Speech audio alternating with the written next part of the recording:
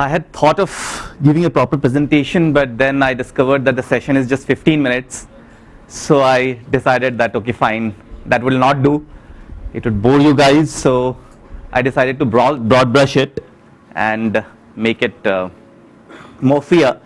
So how many of you can recognize this particular movie? This movie, anyone? Pretty famous movie. Terminator 2, right? Terminator 2 Judgment Day. Whenever we talk about AI, these movies, especially this movie and other movies, immediately come to our mind, like Matrix, etc. And the reason why we are talking about this movie today, and I'll talk about another pretty famous series on AI, is at a broad level, one of the key problems that I particularly see with respect to AI, and which has a sort of effect on the way we are going to deal with finance, BFSI, these things, is that we are both overestimating currently AI and underestimating it at the same time. So how we are doing it and what impact it has. 15 minutes, so I'll just keep it at that level. I'll not go into deep into examples. There are multiple examples that we can talk about, but that will require a larger session, so we'll just broad brush it. So two parts, AI and financial viruses. So first AI, and there is another similar series, if anyone has seen it on Amazon, called Person of Interest. Does anyone know of it? Okay, so Person of Interest is another, and you should watch it if you have any interest in AI, and everyone should have an interest in AI going forward, because it's going to impact our lives and change everything within the next 10 to 15 years. A lot of the way the day-to-day lives, the way internet changed, the way social media changed, AI also is going to change. So Person of Interest is about, again, two super intelligences that are fighting with each other. In Terminator 2, there's just one ASI which is there in the future, which sends Schwarzenegger back, right? But in this particular series, there are two super intelligences fighting with each other, one good, one bad. And that particular series is much closer to what we might face than Terminator 2, and this distinction is very important, because this is the place where we both underestimating what AI can do to us, or not only AI, but there are people who might be driving AI. The AI might itself not be malicious or good or bad, but the people behind it who are driving it will be. So here I'll bring another concept, bits versus atoms. And when we talk about bits versus atoms, I mean, can you tell me what is the difference if we say bits versus atoms? Okay, so yeah. Bits is the smallest computer value, and atom smallest form of data, and atom is the smallest molecule, which is. Yes, so bits is the smallest, not exactly the smallest, but yeah, one of the ways in which we measure data, right? The world of information, while atoms is the key way we measure our physical material world. This can also be measured in bits. In fact, when you go deep into physics, we find that we see the matter is equivalent to energy, and then is also equivalent to information. The world, in that way, that's what the Matrix movie actually was inspired from, that ultimately even matter is information. But that's when you go into very deep level physics, or the surface level, when we see this, we measure everything physical around us in atoms. While any data, for example, I run a payments company, digital payments company, payments when we are exchanging currency is atom, right? The normal cash that we have, right? But when we digitize it, we are making that same currency into bits, right? So going forward, this is going to be a very big way in which we see things.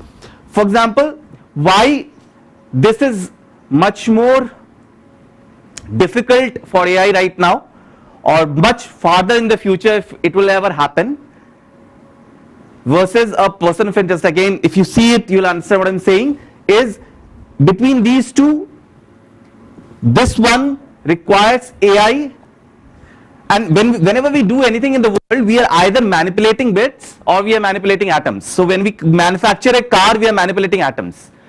When you write a software program to make digital payments, let's say net banking possible, you're not manipulating atoms, you're manipulating pure bits on your computer. All software is bits. So whenever you do a task, either it's previously long time back, people mostly manipulated atoms. Go 1,000 years back, a normal agriculturist, farmer who's not handling his own accounting, let's say, like in farming you also begin to do accounting, but let's say assume he does nothing but farming, right? Then he is manipulating only atoms.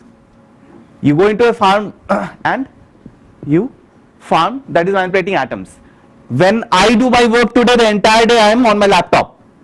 Either I am, managing the creation of software, or I am writing an email, right? Whatever I'm doing purely work in bits.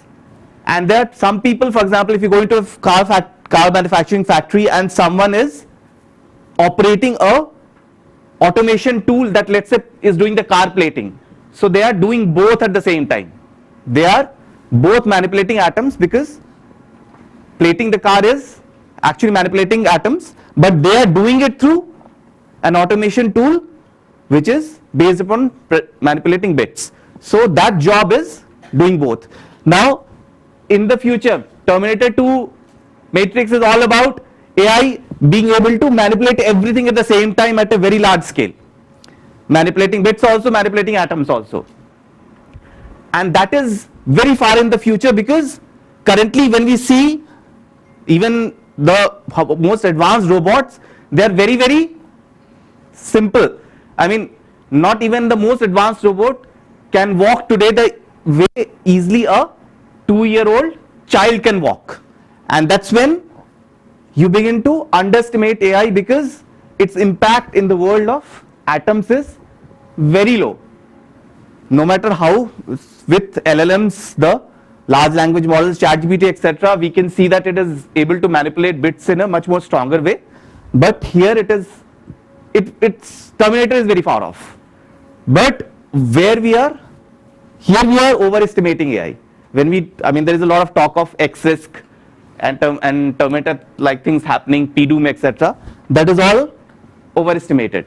But what is underestimated is its ability to manipulate bits. Yesterday itself, I was seeing an article in newspaper. The person said that AI can't generate, LLMs can't generate original ideas.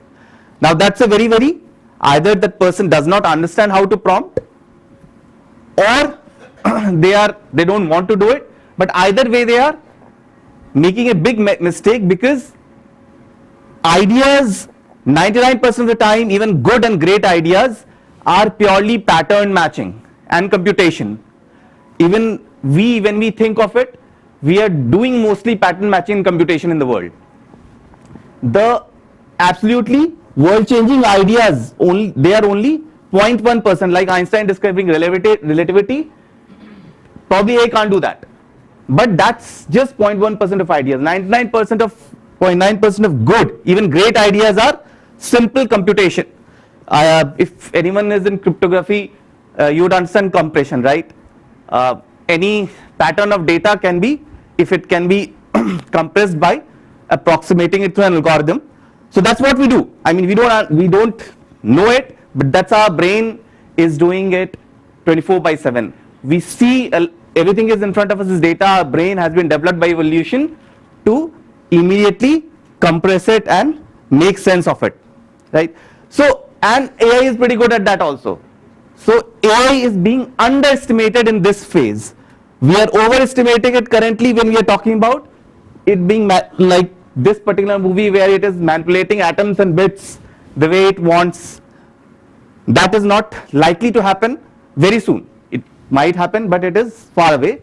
But the other part where we are underestimating it, like it can't generate ideas, we are actually, it has become very, very able to do a tremendous amount of computation and pattern matching, where it can outcompete probably even the best of people. And this kind of exponential growth is happening. For example, in the last 2 years itself, LLM has come, and currently one of the most recent news I saw was it is now able to predict, if the body is made of, there's a lot of proteins in the body which do its work, and predicting the design of proteins, it's a very complex structure, molecular structure, is a very difficult task. And on that particular task, a lot of diseases are solving of lot of diseases is predicated. A lot of that solving of diseases depends upon if we are able to predict the structure of those proteins. AI has, for example, this Google's AlphaFold has just, I think a few days back, discovered 36,000 new mode structures. So the kind of job which probably the best of humans can do currently, it is beginning to get the grasp of. How it is connected to finance? Finance, at least today, the banking, finance, payments, everything has now moved totally to the world of bits. Not only bits, it was always bits, but we have now digitized those bits and made it online. So everything that was physical is now online, and this is a world where it's AI's playground. This, if you are talking about physical world, if you are talking about AI probably creating a war and winning a war, etc., very far off. The world where both atoms and bits are present. But if you talk about our world, the world of banking, finance and payments, it is purely bits. This is AI's playground. Here AI has already reached a level where it can do awesome things. So it can, like if you watch Person of Interest, it can act as a supervillain where it is manipulating both the world of data and people. So it is doing both at the same time.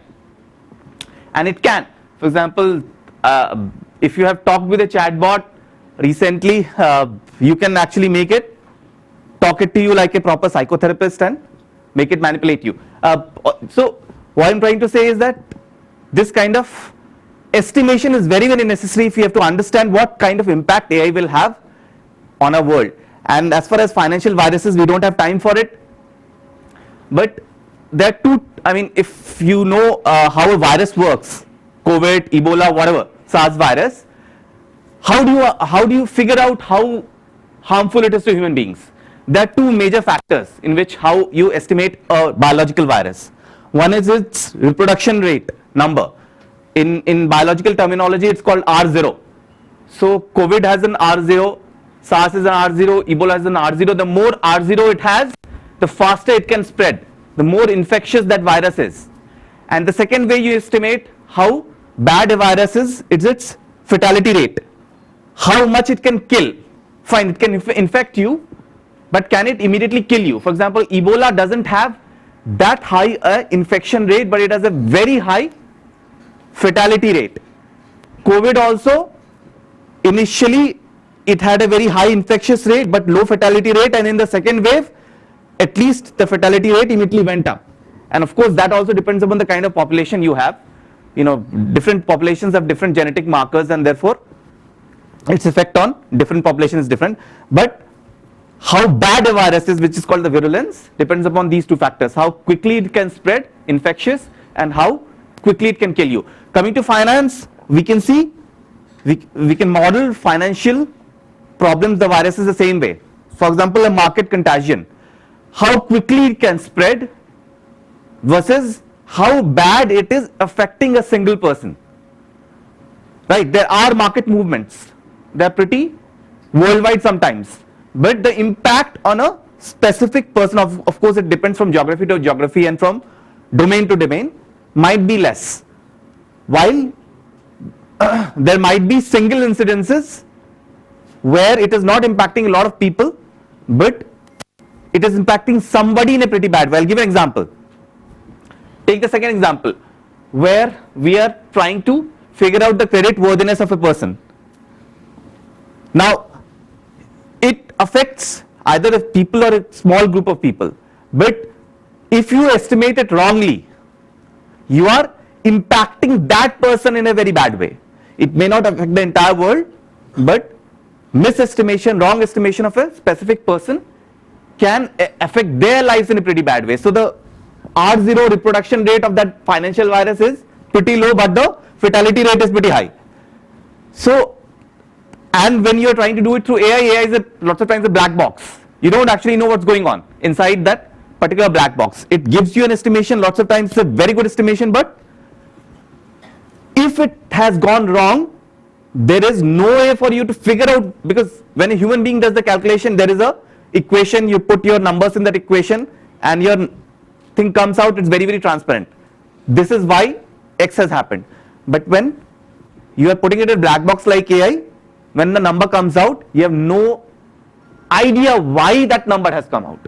And in fact, recent of that case happened in I think Telangana, where government had given a particular company the the job to basically estimate whether a particular group of people should receive some government benefit. I think it was PDS, public distribution system, and their things went wrong because people couldn't figure out why somebody who should have received, was absolutely definitely should have received, was given a very different kind of picture by the AI. Things happened, nobody could figure out why, because it's the black box. So here we are talking about a situation where a financial virus could be very limited to specific groups of people, specific person, not contagious. Other way around, if you're talking about a big stock market collapse, right? For example, something that kind of thing that happened in 1929, which is known as Black Tuesday, which was the Great Depression, which is called, or in 2008. Now these kind of impacts are the very, very contagious. The financial virus moves very rapidly from one market to the other. AI here again can act as a hero or a villain. How can it act as a hero? For example, if we talk about major events like, let's say, COVID or Brexit, or let's say the US-China trade war that recently happened. In fact, in each of these events, during each of these events, people did take the help of current AI models, usually machine learning, to forecast what could be the market movements or the sectoral impacts of these particular events, and pretty good predictions were done, and therefore the asset allocation or the risk was managed pretty well, right? AI can do this job very well, whether it's or through NLP, natural language processing, through understanding the sentiment around any particular event. For example, around Brexit, let's say you quickly figure out what are going to be the sectorial impacts by analyzing the social media. So through NLP or through forecasting by machine learning, you can figure out how things are going to move much better than what could happen before. So that way AI is a hero, but it can also be a villain. For example, through AI, and attempts have already been tried, stock market manipulation has been tried, where people figure out which are the stocks that could be influenced, and in fact through social media attempts have been made to influence those events, right? AI has been used in attacking a currency already, right? For social engineering, where it has been used to attack specific people in specific institutions, financial institutions, and try to, it did not succeed, but attempt has been made. Then it has not been done yet, but zero-day exploits are big still situation where things could happen. I mean, if certain zero-day exploit is discovered and that particular software is being used by multiple financial institutions, then you have a scope where a coordinated attack can be carried out. And unlike previous times, these things can be much more there's a much higher probability that AI can figure out much more easily than any human being that this particular software has a zero-day exploit and already model your actions around that. Anyway, but the good thing is that if AI can be used for bad, it can also be used for good. If you can use it to figure out zero-day exploits, the bad people, the good people can also do so. So overall, it's summing up two things. One, we are in a world where today AI can manipulate bits better than any human being. Even the best of people are not good enough when compared to current AI models in existence. Vis-a-vis the world of atoms, where AI is still very weak. It is weaker in most cases than a 2-year-old child or 3-year-old. The kind of dexterity a small child has, current day AI don't have. But this is causing a sort of situation where we are both underestimating and overestimating AI. We have to, by understanding the difference between those bits and atoms, we should be able to figure out where AI will be powerful, where AI won't be powerful, and especially in our domain of banking and finance, we have to understand that it has already become very powerful, and we have to modulate our approach remembering that. Secondly, when we talked about financial viruses, very simple model, biological model. There are two types of things that we have to think about. One, how quickly that financial virus, that contagion can spread in the world, and number two, how deep is its impact on specific people, the fatality rate, or rather the impact rate. And we by looking at this, we can segregate events and again see where AI can help us manage these situations, and also remember that AI, if AI can be a hero, it can also be a villain, and we need to make sure we need to use AI itself to predict where it can harm us and create our defenses to make sure that bad actors do not use it to harm people. And maybe also remember that if someday, I don't know whether that day will come or not, AI becomes super intelligent, then it can use itself to harm us. So we have to also be careful. And so again, redundancy is making sure that the systems are not so highly linked, that a single dependency can cause disasters. All those things, risk mitigation has to be carried out. So that's all.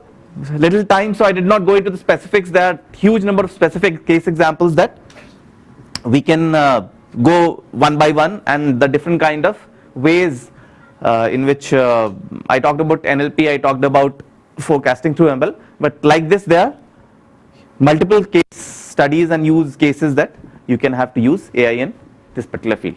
That's all. Two things. Thank you.